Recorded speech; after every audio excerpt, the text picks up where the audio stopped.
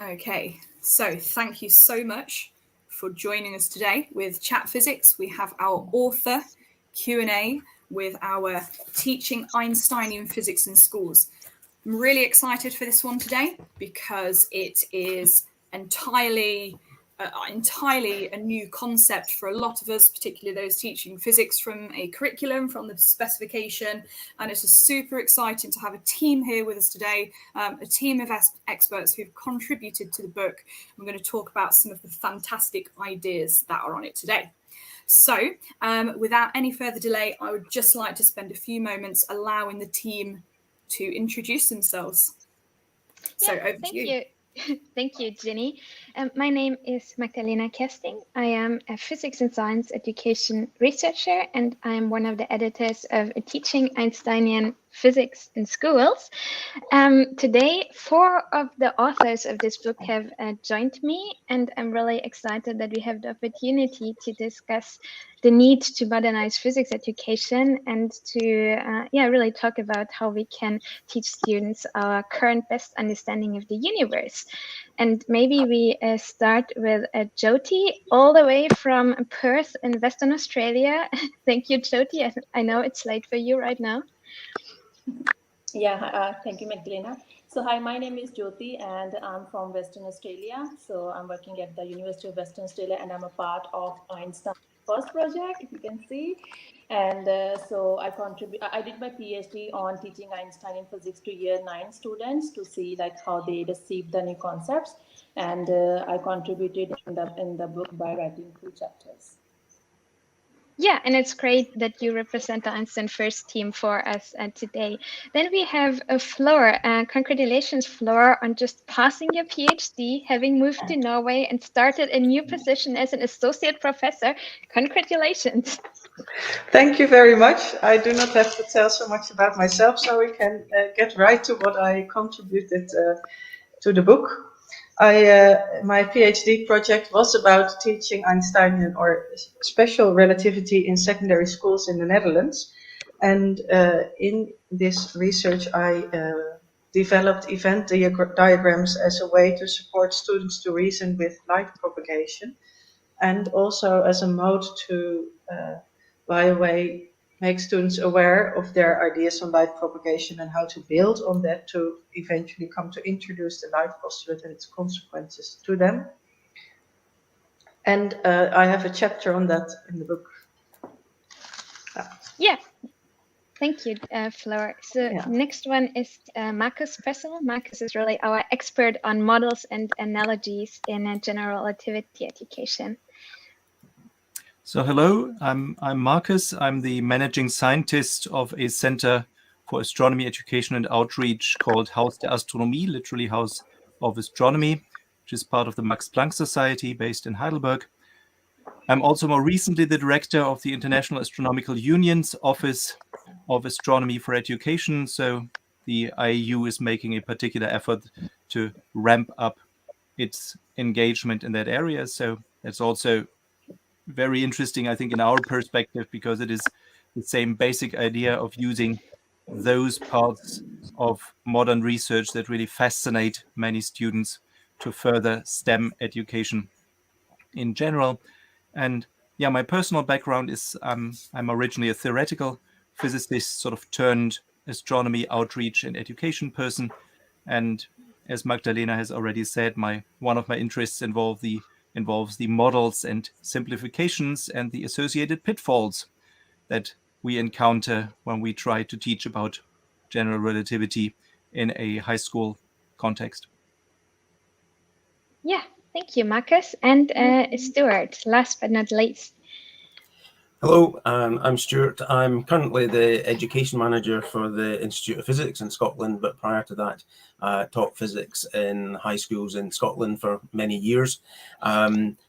My particular interest is in teacher education and the career-long professional learning of teachers, and I contributed a chapter in the book not only describing some of the Einsteinian physics that was introduced into the Scottish curriculum nearly a decade ago, but how it's important and necessary to support teachers whenever new curriculum developments, particularly in something that's as conceptually difficult as Einsteinian physics and relativity, how we need to support teachers to deliver that, and that draws on a lot of the work and experience that I've had working with the Perimeter Institute in Canada and their outreach and education team.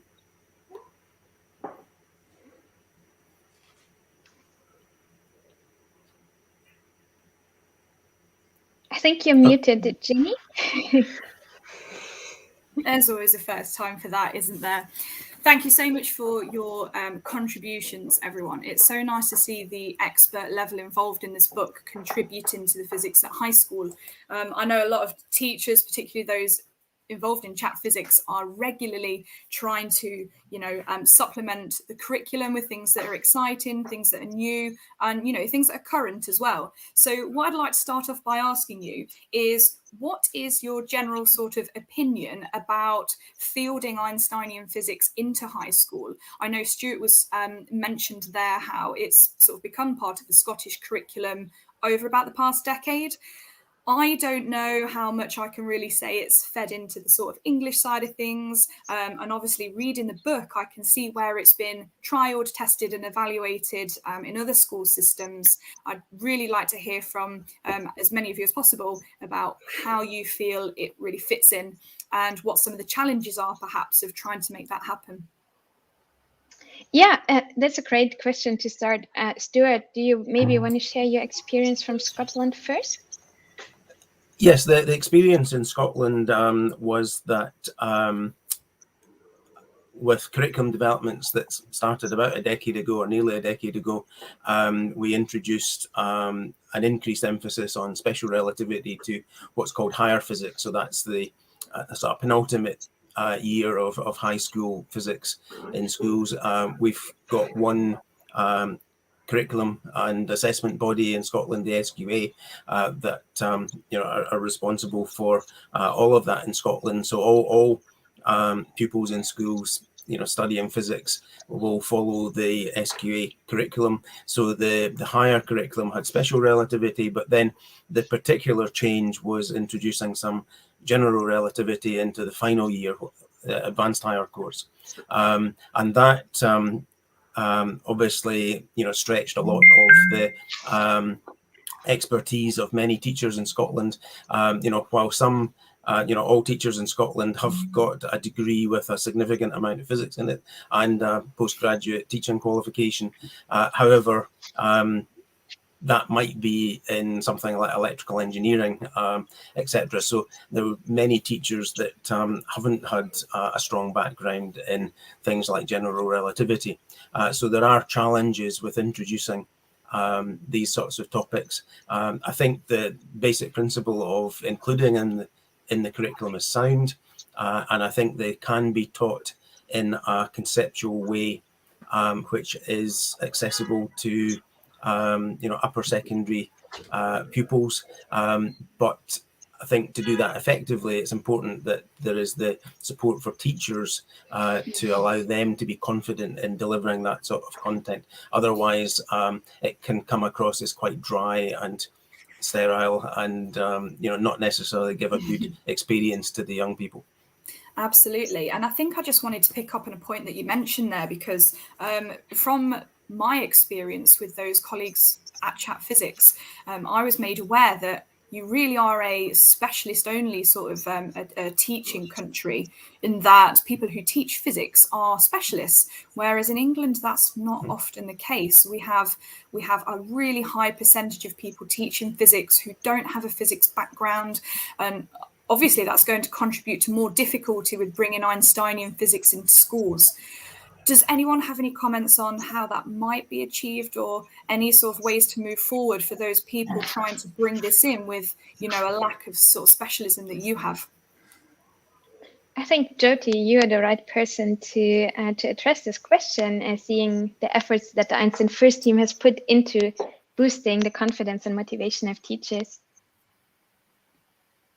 You're muted, Jyoti. Yeah. So I think during my research, I found like the kids not astonished at all by learning about the Einsteinian physics, because they picked up the things from black holes, gravitation, and they are very excited to know all about these things. And when they ask their teachers, so teachers are unable to answer their questions because they are not trained in Einsteinian physics. They learned Newtonian physics and they are trained in Newtonian physics. So the next step is like how we can train teachers. So for this, so that's our main goal of this project. And we are developing handbook resources. So we are developing lesson plans for them, PowerPoint and the instructions video, so they can see like how to do the activities. So we are not, if we say a teachers, okay, so let's learn about curved surface. So I think their brain got frozen. So what's curved surface mean? But if we say them, okay, so let's start do some activities on the space-time simulator, which is a stretch sheet on a wooden frame. Okay, so they are happy to do with this, and then the concepts emerge themselves. So these kinds of approaches are very useful to boost their confidence. And the teachers who tried the program here in Western Australia, so they found it like a very useful resources by through the hands-on activity. So I would like to read one quote from the teachers from this our Einstein first brochure. So one of the teachers said, the notable thing about the Einsteinian physics lesson is that students are fully engaged. Disruption is rare, and students with learning difficulties are practically indistinguishable from mainstream students. So if students have any learning difficulties, so it's difficult to find out from the group because they are fully engaged with the activities. And recently, so at this time, so we are running a micro credential course for school teachers, primary and high school teachers. So where we are giving them the enough information about the Einsteinian concepts, like all the background information and all the sources that we have. So we are giving a training them so that they can trial our program in their classrooms with the confidence. So we are doing different kinds of approaches to. I think it's really important to boost the teachers' confidence to teach these ideas.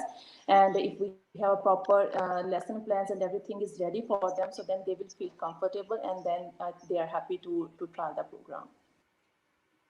Yeah, thanks, Jyoti. Markus, what about you? I think that's a fairly universal point that Stuart raised and that Jyoti elaborated upon. And I mean, let's distinguish. First of all, I don't think we said clearly that our understanding of Einsteinian physics here is sort of quantum mechanics, which some people might not associate with Einstein, and of course relativity. And for special relativity as well as for quantum mechanics, that is at least taught systematically to those teachers who are specialist teachers, and we've just heard that that is not all of them. But I think general relativity is a special case because those of us who have taken it in university know that even for studying physics, to be a researcher, general relativity has its own formalism. It needs its own mathematics. So I think that is sort of the first key point, that we cannot expect teachers, high school teachers, for instance, to be fully trained in that kind of formalism. And that means, from my perspective, that we need to pay more attention to the models, to the limitations, to the simplifications.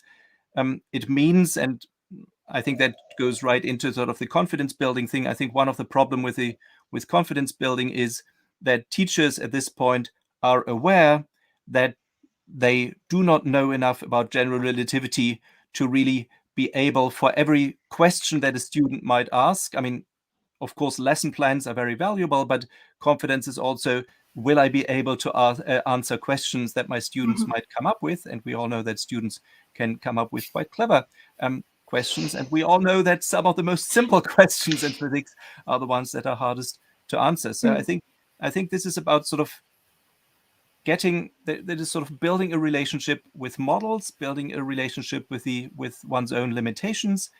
Models have limitations, and it's perfectly okay to say when there is a question that, I don't know, is about the stretched rubber sheet or about the balloon model of the expanding universe where you sort of blow up the balloon. I think it is perfectly valid to say at some point, well, this question, this particular simplification and model cannot answer. It should be perfectly okay for a teacher to say, I don't know in that context. And I think it's important when a teacher sort of create their own persona, that they don't fall into the trap that I have to be able to answer everything that my students can throw at me. So on the contrary, I think it's important to build a relationship with students where part of this is finding out together. We live in a day and age where it's easier than ever before over social media, for instance, to reach out to scientists and pass on student questions and then just say in school, I can't answer that, but here is how we can find out. So I think, so if we take all this together with model limitations, with open-ended learning, with the teacher admitting that they do not, of course, know everything, none of us do, I think that this is something that we can cultivate, and I think Einsteinian physics, particularly the general relativity part, is a good framework for cultivating those meta skills, if you will. Yeah.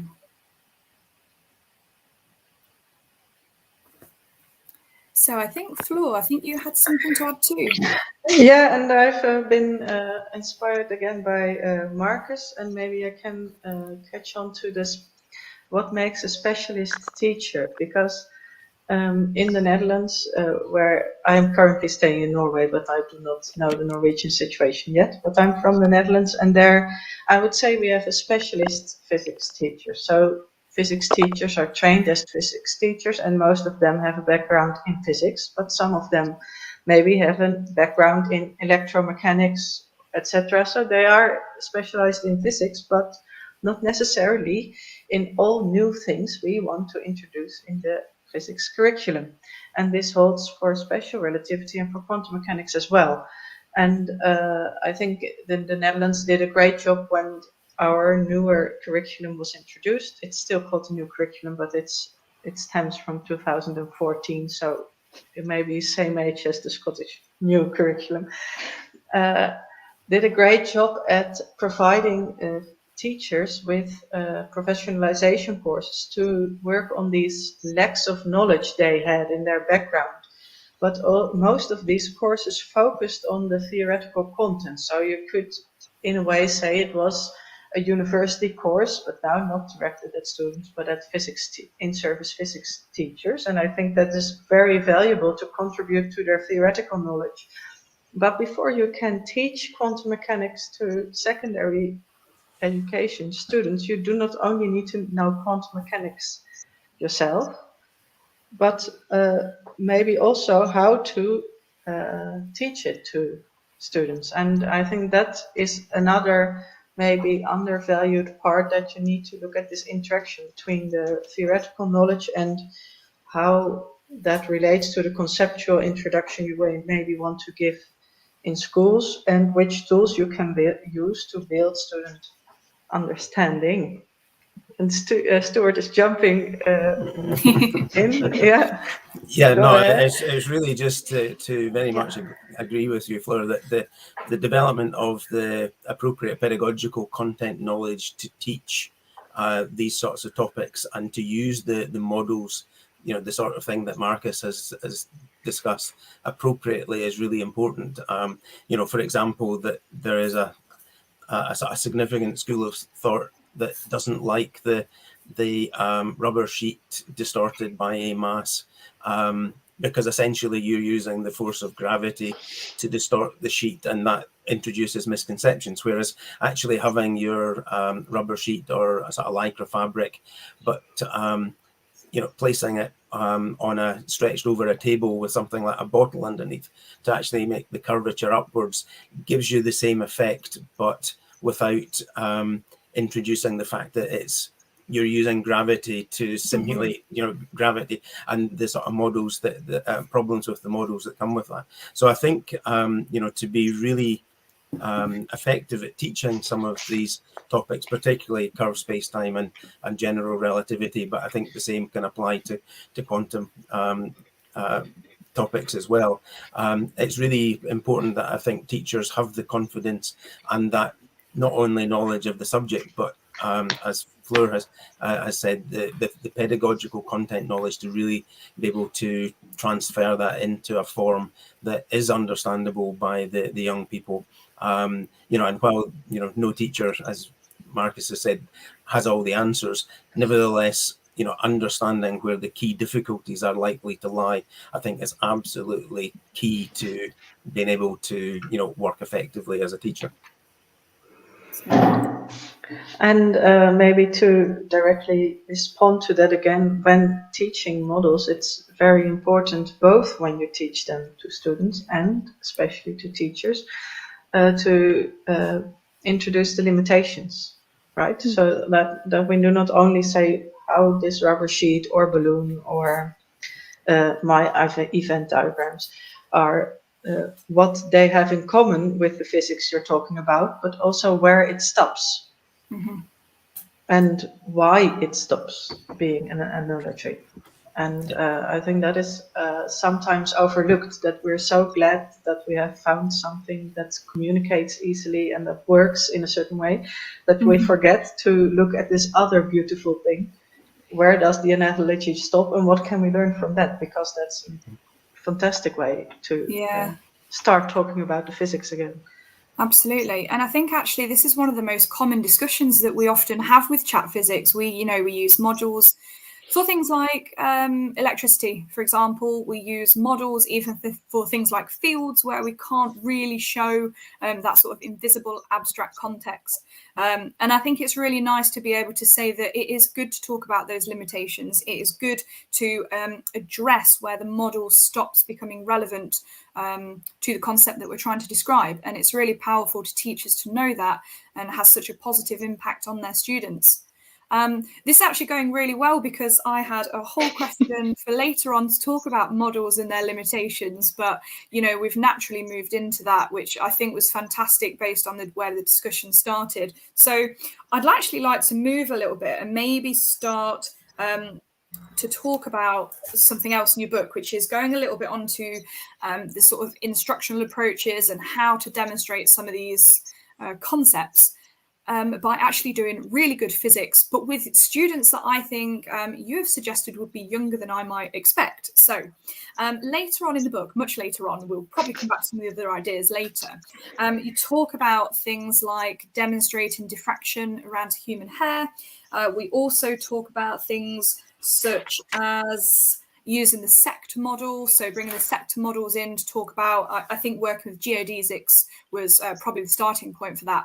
So I'd really like for anybody who feels they can to talk a little bit about why these activities were chosen to be spoken about in this book, how you think it really helps students to get the idea of some of these ideas of relativity and quantum physics.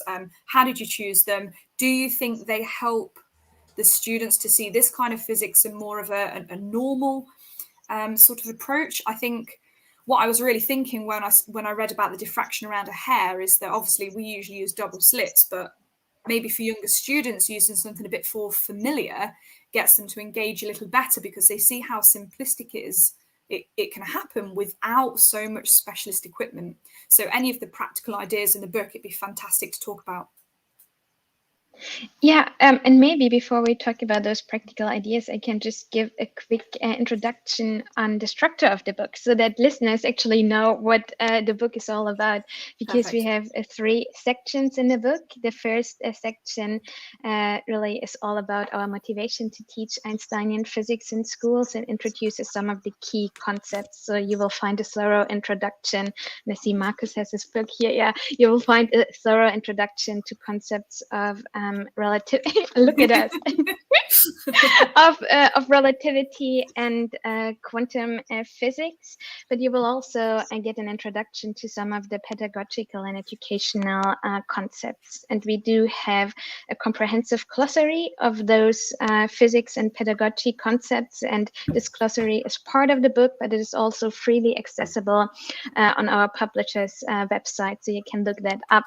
And this first part lays the ground for the second part, where we really look at explicit instructional approaches and activities that you just asked about, Jinny, which we can return to in a second. And the third part looks at Einsteinian physics education all around the world. So we have contributors, 30 contributors from 9 countries on 4 continents.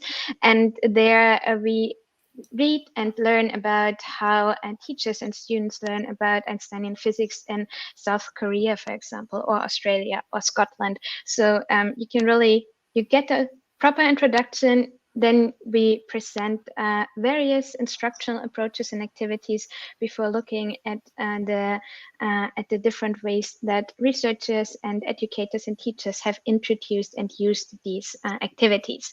And this was just my long way of setting the stage for your excellent question, Jinny, so that listeners know what they can expect. Can I just insert the quantitative way? So this is part 1, part 2. Part 3. I was curious. I hadn't looked at it that way, but you can see that the focus is clearly on the instruction here in the middle. Absolutely, yeah. Okay, so but back to the question: how did we choose? Those activities? And I think the book is really a nice mix of different approaches that target different age groups. So I would say most of the chapters do look at the secondary school level, but you also have some really cool activities for primary aged students. So Jyoti, maybe like the hair diffraction activity is one example there. And then we have activities or ways of teaching physics that really go across different age groups, like thought experiments. And Flor has thought and researched a lot about the use of thought experiments in physics. So maybe Flor and Jyoti, both of you can say a little bit about the approaches. Flor, do you want to start, and then Jyoti can? Yeah, I thought maybe because you were so interested in lower grades, Jyoti could take the floor first, but I'm fine with beginning. I have focused on students at the pre-university level education physics of 16, 17 years old, but it is just because my research stems from a real problem in Dutch physics education, that most physics teachers didn't know how to teach special relativity and wanted to contribute a solution to, well, my own practical problem, because until 2 weeks ago, I was a physics teacher in the Netherlands, and but also to contribute, of course, to the practice of my colleagues. And but I think that the activities I've developed and described in the book can very well be done with younger students, maybe, I don't know, 5 years old, but maybe 12. Well, at least you can use them, I think, all over high school, and maybe that the reflection or the formalism steps you can take after performing these thought experiments differ based on age. I can enjoy the future thinking about that. But maybe to circle back to the question, how did I choose this activity? And it's a difficult question to answer in respect to why this one and not another one, but maybe I can tell a bit about why I think it's valuable to use event diagrams to support thought experiments. I'm a bit the odd one out because I focus on special relativity in this group. And I think in special relativity, it's very closely connected with thought experiments, both in the development of the theory historically and in how it was communicated in the physics community and to a wider audience. And probably therefore, most teaching approaches will at a certain point use thought experiments. And the big trouble with thought experiments is that you do them in your head. So if and that they are built on very consistent reasoning with a concept. And this is difficult enough when you're a trained physicist. But when you're a student and you're supposed to reason very consistently, that is already difficult with a concept you do not know yet, and then need to come up with consequences. It's you get an overcrowded head, so to speak, and it is has been shown that mostly when thought experiments go wrong with trained physicists, but with students, it often also goes wrong because they make an inconsistent conclusion. And then, in a way to speak, you miss the educational value of thought experiments. And by using an external visualization that supports students in their reasoning, you get a way of a written, or in my case, a drawn account of this reasoning process. So you can look at it together and see, well, did you reason consistently? Yes, okay. And what does it mean then? So you create a common ground to talk about instead of something in your head that needs to come out. So that is, I think, one of the reasons why it is a very good idea to use event diagrams, maybe together with other approaches, but at least to throw them in the mix. Jyoti, you're really an expert on activity-based teaching of Einsteinian physics. Yeah, so the approach we are using here in Western Australia is hands-on activities. So the basic idea is behind this approach is like students can use their whole bodies and they can actively participate in the activities, and they can visualize the things. So how the concepts emerge themselves, and they can pick up the ideas by doing the activities. And for examples, like with the hair diffraction activity, so we announced in the class, okay, so let's see what's the diameter of your hair. So the whole class gets excited. Okay, I don't know. So I'm excited to measure it. And then when they do the with the very simple formula, so when they finally calculate the diameter of their hair, so then they compare with each other. So who has a fine hair in the class, who has a coarse hair. So in this way, so they get engaged completely in the activities. And also sometimes, because every activity has a limitations, as we discussed before, so we introduce a limitation at the same time. But I also observed that if we if something is missing from our explanation, so students are very, very intelligent, so they are very smart, so they can easily pick up the ideas. Okay, so why it is happening is, for example, on the stretch rubber sheet activity. So when they create the orbit, so after some time, because of the friction of the rubber sheet, so the orbits get collapsed into the middle, into the center mass. And they ask questions: is this the thing happen in the real space? So the planets get will hit to sun at some stage.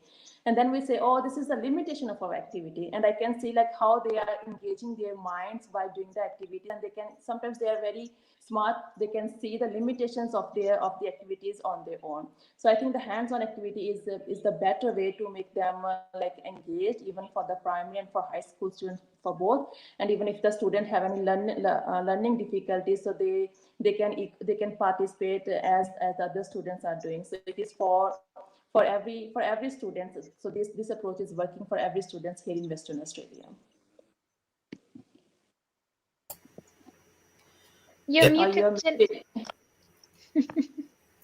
I just imagine that I've always got it on. Terrible. I was just going to say I think that's a really good way of looking at it, because it fits back into what we were saying earlier about delivering models and analysing the limitations. But actually, this approach where you're taking part rather than just hearing or having a discussion can really bring those limitations to light and possibly make the students question it for themselves rather than just have them raised by their teacher.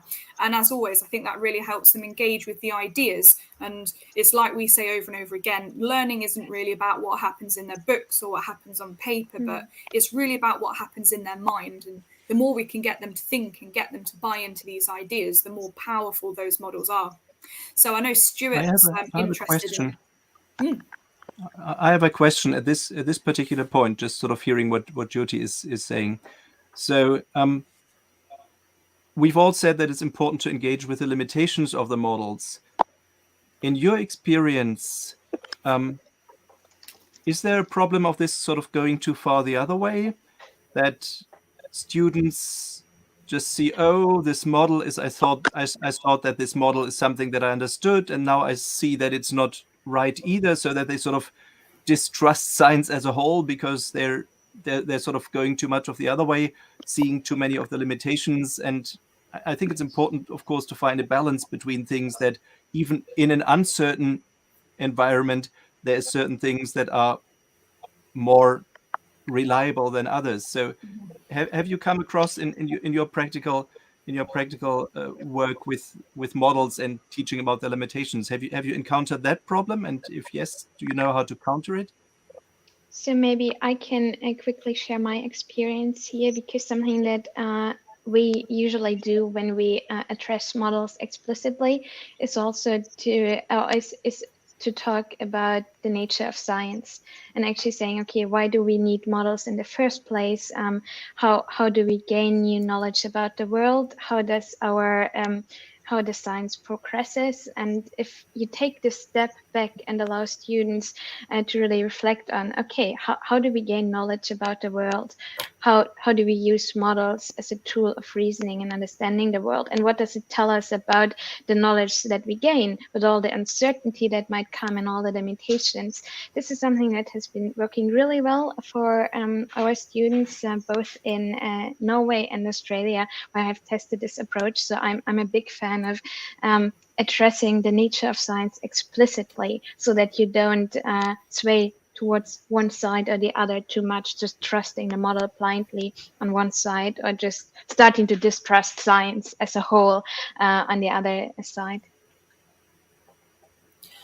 Yeah, I think if I can just come in and on the back of what Magdalena said about the models as well, I think that the sort of topics that we've been talking about in Einsteinian physics are really good opportunities to talk about the nature of science and to be much more explicit in teaching that, because I think often in the past, science teachers have been guilty of expecting kids to pick up the nature of science just by some sort of osmosis process, and it doesn't work. And I think there's a lot of literature on that.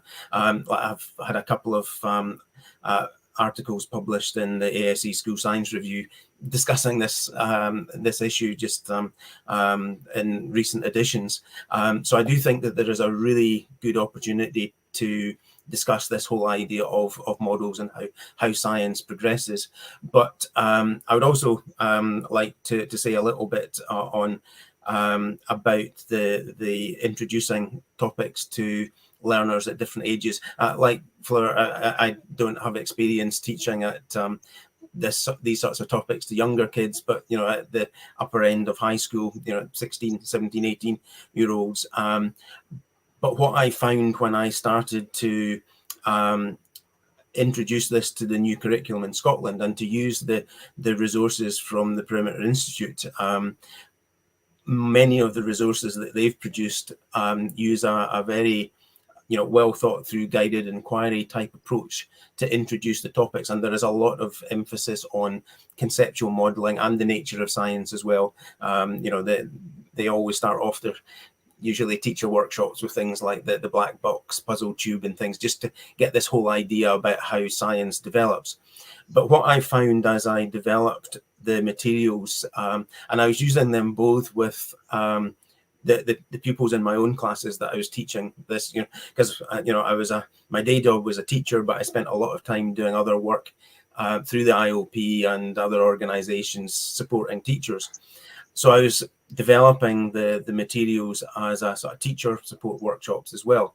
And what I found was that I went through a process where I essentially, to avoid the sort of cognitive overload that Fleur talked about, was gradually breaking things down into smaller and smaller steps and being more and more explicit about making my thinking more explicit to the learners, whether that was the 17-year-old kids or the teachers that I was working with. And for example, the equivalence principle part of the curriculum was a really important point. And whereas the first times that I ran workshops, I had a couple of slides with some images and things to expand on these topics. But by the time that I tried it a few times with kids in classes and a few times with teachers, that expanded to about 6 slides. And the version that I've now got has got about 15 slides covering that topic, where I've broken things down into smaller and smaller steps to avoid the cognitive overload, to actually take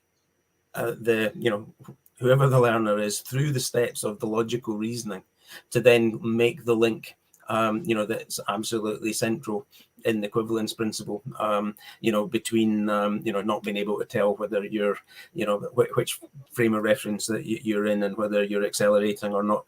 That's a process that I've found has been absolutely essential, even with the, adult learners and senior high school pupils, to really get to grips and getting a good conceptual understanding of these topics. So I think that that's likely to apply across all of the ages, that yes, you need good models and good interactive things like the lycra sheets and other things like that. But I think it's important that you also, break it down into simple, accessible steps. Otherwise, the learners get lost somewhere along the way. And that was certainly my experience teaching it the first couple of times. Yeah, definitely. Yeah, I think you've raised some really good points there, especially about how sort of elaborating more and more into those steps has just sort of expanded over time. And I think talking about the pedagogy and the approaches, especially for the kind of topics that people might be a little bit less familiar with at this level, is really interesting. And I'm hoping that actually brings us nice onto something else that I really wanted to ask you about. And this actually goes back to the first third of the book. So it's really sort of the motivation for the work, which is about the shifting paradigms that you mentioned, not just in science, but in education as well. Now, I know that if I probably spoke to quite a few science teachers about discovery learning, hands-on learning, a lot of them get a sort of maybe a little bit touchy, maybe a little bit concerned about the ideas of letting students explore for themselves. And I think some of this stems from the fact that they maybe believe that it's about having students rediscover things for the first time for themselves. Whereas actually reading through your book in particular, it seems to me like you're really sort of like pushing for the idea that the activities and the prompts are well designed, well planned, and sort of scaffolded, so that it's not rediscovering for the first time, but it's almost more of an authentic discovery, rather than the students just being given a practical work, given a little project or a model, like we were speaking about earlier, a practical model, and being told this is what it is, this is what it represents, and not having them turn over those thoughts in their head. So it'd be really interesting to hear from any of you about this kind of teacher-centered versus student-centered approach, and how we can maybe alleviate the concerns that some teachers might have, that this is not just about, here's something, go and explore this for yourself and write a conclusion. How do we support that so that students do come to those sort of correct ideas that we are promoting? I think that's an excellent question. And for listeners, just so you know, we have a chapter addressing paradigms in science and in education, and really showing how our knowledge of science, but also our knowledge of education and how we best educate students has changed over time. For me, I would say the most important thing is to have physics, or to let physics have personal relevance for the students. And this is something that we're really trying to push through introducing Einsteinian physics in schools, that physics is not outdated, it's not boring, but it has personal relevance. Like the biggest question of our times, like the coolest things, from black holes to gravitational waves to quantum technology, these can only be understood and talked about if you are at least maybe not fluent, but if you've learned to use an Einsteinian vocabulary. So for us, pushing this paradigm of Einsteinian physics, we don't expect students to reinvent general relativity or quantum mechanics, but we want to show them that there is that it has a personal relevance, or that physics can have a personal relevance for them. I can maybe add something more general to that, but I think Flo was also. Yes, I'm happy to let you go first. Okay. So, whoops, we've lost our leader. I think this is something that goes far, far, far beyond the book, and personally, and I must confess that this is somewhat also the perspective of a parent of school-age children. I think education, science education, and education in general hasn't at this point realized what hit it. And we see that in particular with the topics that we are interested in. There are just so many more possibilities for students to also, for fun, and I mean that's the best outcome that we can have, right? That they're interested in this, and this is why we are introducing Einsteinian physics, because it has this potential for fascination. And so what do? For instance, they go to YouTube, and there are some really excellent videos. I don't know, Veritasium has done some really nice stuff on general relativity, for instance. So and from what I've seen so far, and of course the others can correct me or at their own experiences, which might be different, is that at least the teachers with whom I'm in contact, they tend to stick very closely to trying to control what their students get in terms of information. That is a little bit also, of course, what you mentioned when you formulated the question. And I think at some point we need that kind of paradigm shift where teachers just sort of accept that they have no way of controlling what their students learn, what their students see. In physics, it's comparatively harmless. We all know about other topics where this kind of doing your own research has gotten a little bit of a bad name there, is really dangerous when it comes to other things. So I think what this is really something that the profession as a whole will need to address head on over the next years or maybe more. How to sort of harness the power of these great resources that students can seek out for themselves, and how to sort of concentrate the teaching on things that are, just as they were in the past, still best done in the classroom. So it's sort of, I think, to borrow a term, I think every classroom is by now a giant inverted classroom, because there's just so much information that students can seek out for themselves if they are interested.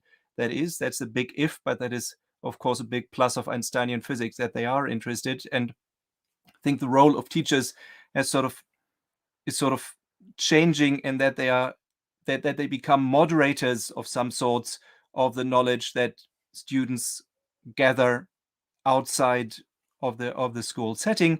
And of course that's something that makes teachers uncomfortable, right? I mean, it's a loss of control. It's something that you cannot plan for. The external input, the external questions, and again those deceptively simple questions come to the fore. So it does demand more of the teacher. But I don't have any simple solutions, of course. But I think that's going to be something that's going to be very exciting if we deal with it, and the profession really embraces this and decides to make use of it, and not sort of try to stay to the what happens in the classroom stays in the classroom. I am a bit triggered by this. Sorry. Sorry. Go ahead, Phil. I was triggered by this word control, because it sounds familiar in a sense that, of course, as a teacher, you want the best for your students. So as teachers, we want that students get the best opportunity to learn and to gain an understanding of physics. And whether you are a specialized physics teacher or you're a non-specialized physics teacher and you trained your ass off to gain this understanding yourself, you have a high appreciation of how utterly difficult that is. And so in a way, I think by preparing these wonderful lectures, teachers want to offer their best understanding to their students. And this feels controlled because you can prepare it till the finest details and then bring that story across. But you have very little control over what goes on in your students' heads when you tell your very beautiful, very well prepared story.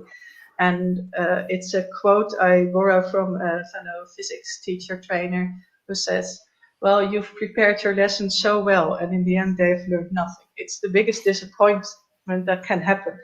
And these carefully designed activities that are presented in the book, that can be found on numerous topics, I think, in available literature, also for physics teachers, are to allow students to start their thinking themselves. And this is a divergent process, and this feels unsafe, maybe because you do not know what happens.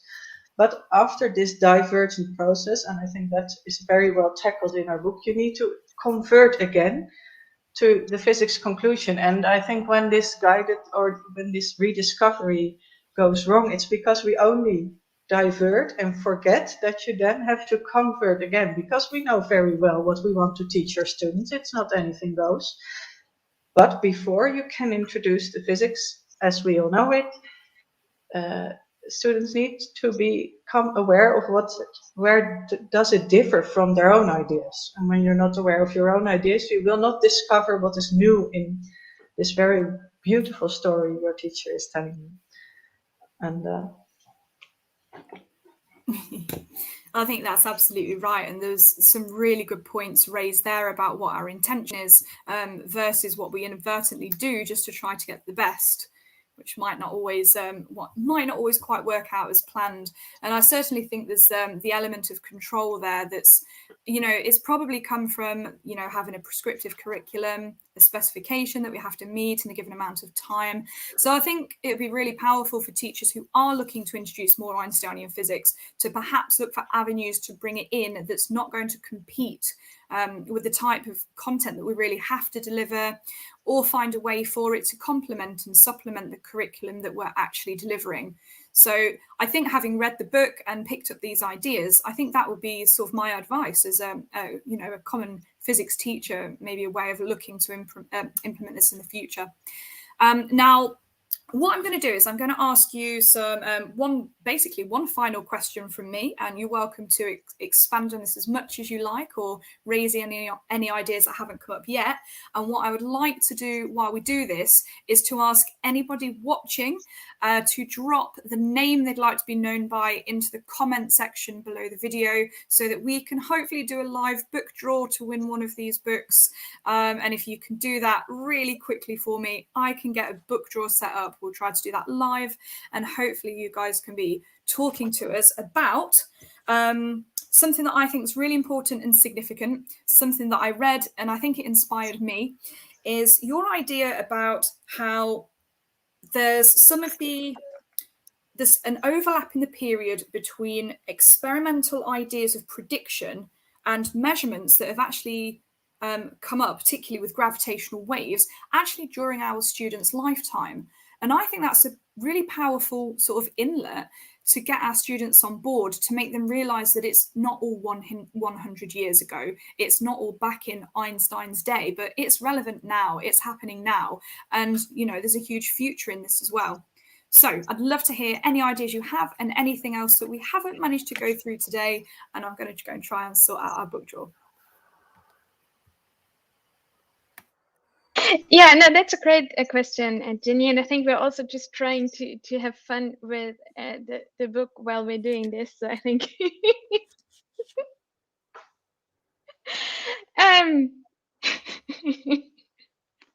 see, I'm not good at I'm not.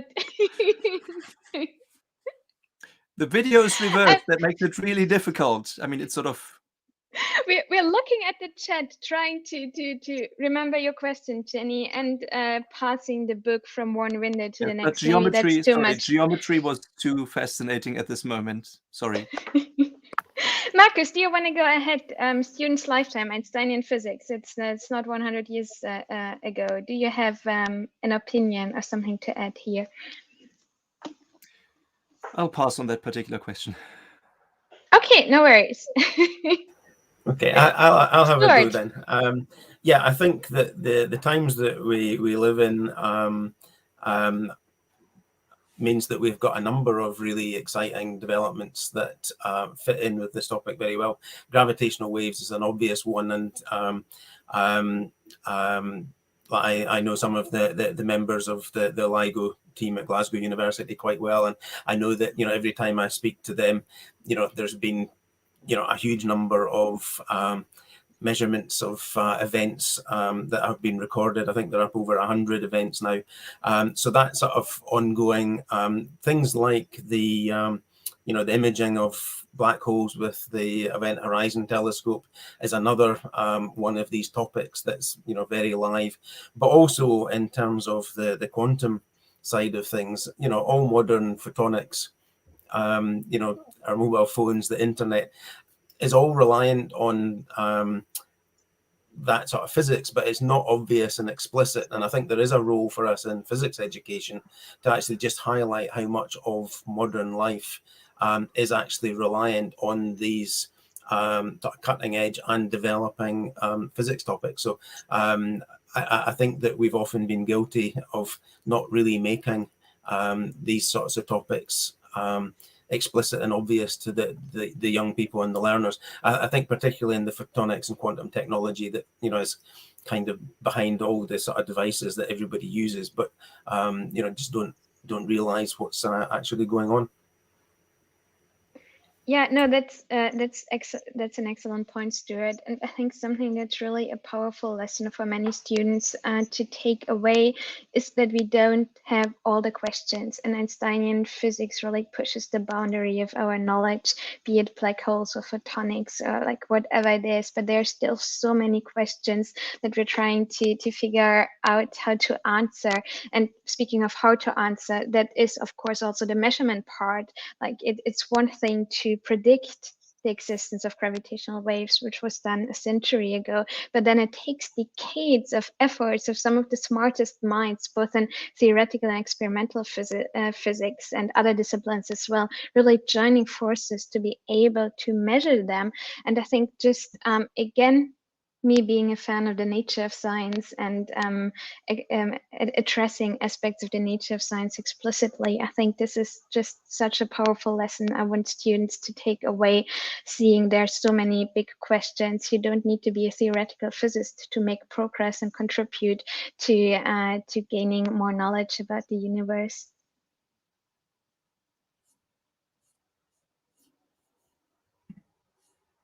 I think just adding to that, the very practical thing that the fact that we don't know everything yet, and that the discoveries, which we, as we can see, are on the same time scales of what it will take our school students to finish their physics education and maybe help with the research. So if progress were too quick, then maybe the questions would be answered already. But I mean, just sort of showing that it's sort of just the Goldilocks means in between. There are interesting questions, and they're not just the small ones. Some of them are very big ones. But as Stuart has pointed out, we are making steady progress. There's something new gained every year. And this is the mixture where I think it becomes interested if you're so inclined to join the endeavor as a researcher yourself, because it means that very likely in your lifetime, there will be questions that are, first of all, still open, but that you can realistically hope to answer when you go into the field. And I think that's certainly a very important motivation for researchers and research institutions to become active in outreach and education, sort of trying to sort of help with the continuity of their own field, but it's also a big motivational factor for certain students at least. Absolutely. Thank you so much for your contributions to that. We actually have a question from one of our viewers that I'd really like to put to you guys, and then we'll get on to the book draw. So the question is, what one phenomenon explainable by Einsteinian physics is most approachable for 15 to 18-year-old students in the panel's opinion? So over to you for that one. Do you just want to take a round and all of us give their favorite answer, maybe? Sorry, can you repeat the question? Absolutely, yes. So, what one phenomenon explainable by Einsteinian physics is most approachable for about 15 to 18-year-old students, in your opinion? I mean, I can start. I would probably pick the bending of light around the sun, which was such a famous way of showing that Einstein had a point in formulating his general theory of relativity. And if you, I think I would go for this phenomenon because it illustrates nicely ideas of curved space-time, and it also illustrates quite well how it takes time for a theory to become accepted by the community. Because up to that point, it was, I think, in 1918 when the experimental confirmation of the bending of light around the sun came up, and then just seeing, okay, look, we have this phenomenon. You wouldn't really expect it from a purely Newtonian perspective, and we have one chapter about the bending of light in our book as well. So I think that's a phenomenon, a concept that can be discussed quite fruitfully from different perspectives.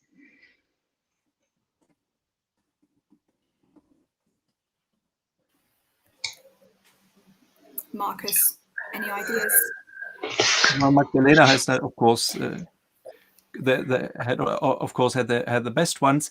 Feel free to agree. It's a little bit difficult, but I think on a model level, and even though there are many subtleties, the basic idea of an expanding universe and of this kind of expansion that has one and the same universal factor, which is something that you can do with the balloon model, you can do it in one dimension with a rubber band model.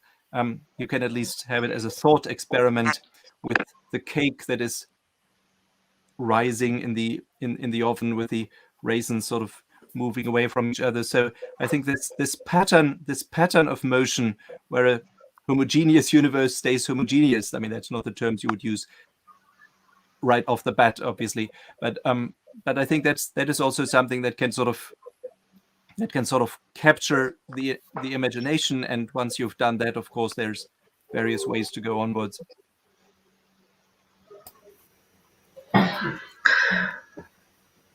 I'm not.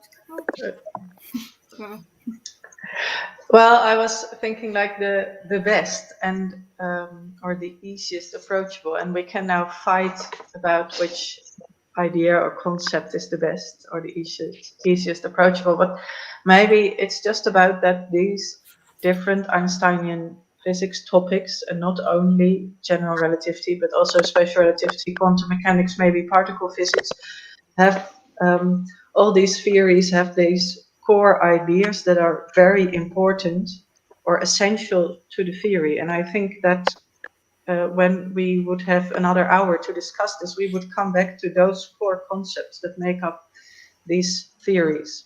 A particle physicist would say, well, that there's an interaction with a field, and with my viewpoint from special relativity, I would come up with light propagation and the relativity principle. And so, and maybe it's not only about easy, but that we have shown that it is obtainable to get this understanding with students in this age group, and that there are great resources out there to get started.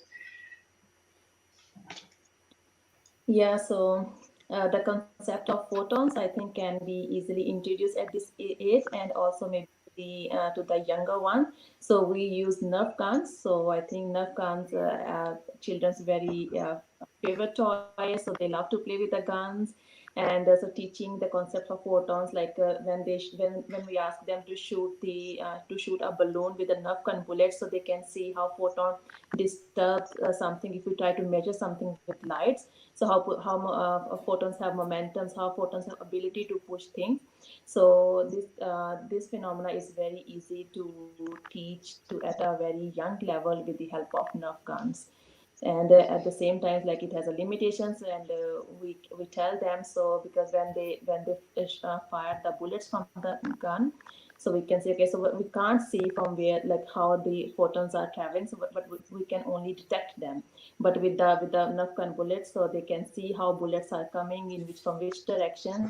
But that's the limitation of the models, and we explain the limitations at the same time for any misconception, to remove any misconception. I think going fifth out of our group of esteemed colleagues here, I think they've obviously covered everything that are the main topics. I think Magdalena and Markus started off with the best two activities, I think, from a modelling perspective, and certainly the two, both the expansion of space and the curved space-time. And, you know, you can use wine glass stems and different things to have analogies for the light passing around massive objects. But I think that the point that I would like to make is, I think there is a benefit of having a genuine, more complete story to tell about Einsteinian physics. And that, you know, while something like special relativity can be taught to kids that have basically all they need to know is distance, speed, time, and Pythagoras, and you can then, you know, end up with time dilation and length contraction. But I think there is benefit to then go on to the ideas of curved space-time and the gravitational, like the equivalence principle, to then reach a situation where you can then explain that time changes not only by the speed of a moving object, but like the altitude you are, you know, in a gravitational field around about a planet, and that both of these things affect time, and therefore, you know, time is a sort of very personal thing, and all. And I think there is benefit from actually considering in the curriculum how you actually craft a story that touches on, you know, more than just one topic, because otherwise I think, you know, just including one topic can become a bit abstract and, you know, not disconnected from the wider context in which it sits. But I think there is a way of actually linking together the core elements of special relativity and general relativity in a way that is easily accessible to 15 to 18-year-olds. I think that's absolutely fantastic. Yeah, really good way to, I think it's a really good way to summarize what everybody said as well about linking the ideas together. So as we've been here a while now, I would like to just crack on with this book draw. So let's hope this works perfectly. So I'm going to share my screen, hopefully. Let's see how well this works.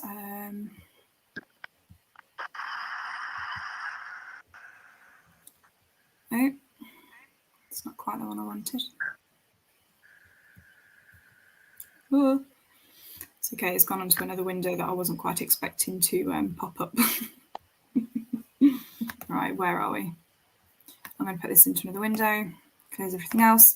So after I've done this, what I'm hoping is that we'll just be able to thank the team. And if anybody wants to get into touch in the future, then please do follow us on Chat Physics on Twitter. Some of these wonderful people will be able to address any questions that you have as well, if there's anything left, which would be really, really nice. And hopefully any further questions that we can discuss to really keep this discussion going, because I think this idea of teaching Einsteinian physics in school is fabulous. So hopefully a little bit more of that. So do we have a visualization of our draw? Yes. Okay, fantastic. So let's see who it is.